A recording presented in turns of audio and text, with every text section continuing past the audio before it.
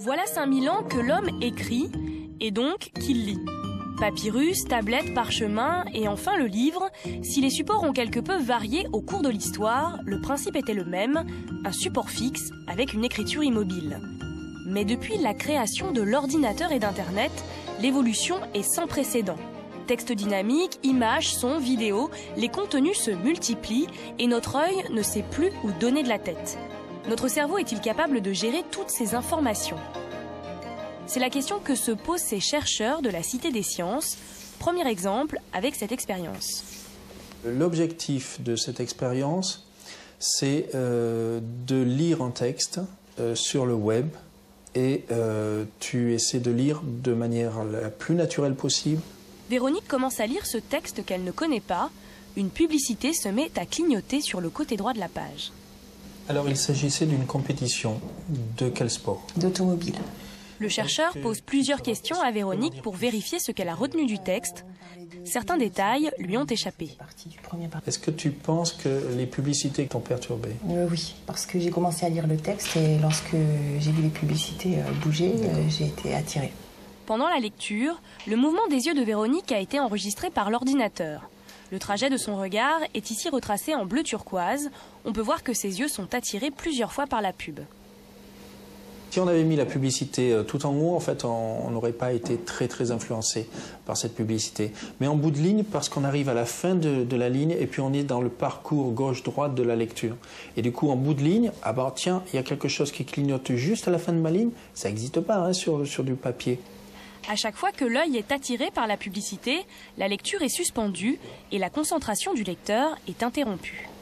Tout le monde a fait cette expérience, je veux dire, on lit un texte et puis on pense à autre chose, on pense à une facture qu'on n'a pas payée, la voiture qui est mal garée, etc., etc. Et du coup, on va lire, on va enregistrer des fixations oculaires sur le texte et puis on s'aperçoit qu'à la fin, on n'a rien compris parce qu'effectivement, on a pensé à autre chose. Une autre des fonctionnalités très utilisées sur Internet est ce qu'on appelle le scrolling, c'est-à-dire faire défiler le texte sous nos yeux. Ce mouvement du texte a lui aussi un impact sur notre concentration et donc sur notre manière de lire. Dans 20% des cas de la lecture, en fait, on est obligé de contrôler une information qu'on est en train de lire, de la valider, d'éventuellement de reprendre une information parce qu'on l'a mal comprise. Et du coup, on revient dans le texte. Mais ce retour dans le texte, il peut être facilité quand le texte est notamment fixe, stable. Par contre, il est nettement perturbé dans les phases de scrolling parce qu'effectivement, tout bouge. Notre cerveau ne peut donc pas se fier à sa mémoire spatiale pour retrouver les mots-clés pendant la lecture.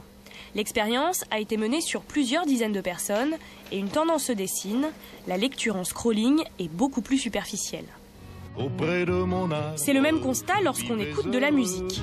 J'aurais jamais dû m'éloigner de mon arbre. Tout particulièrement de la musique chantée en français.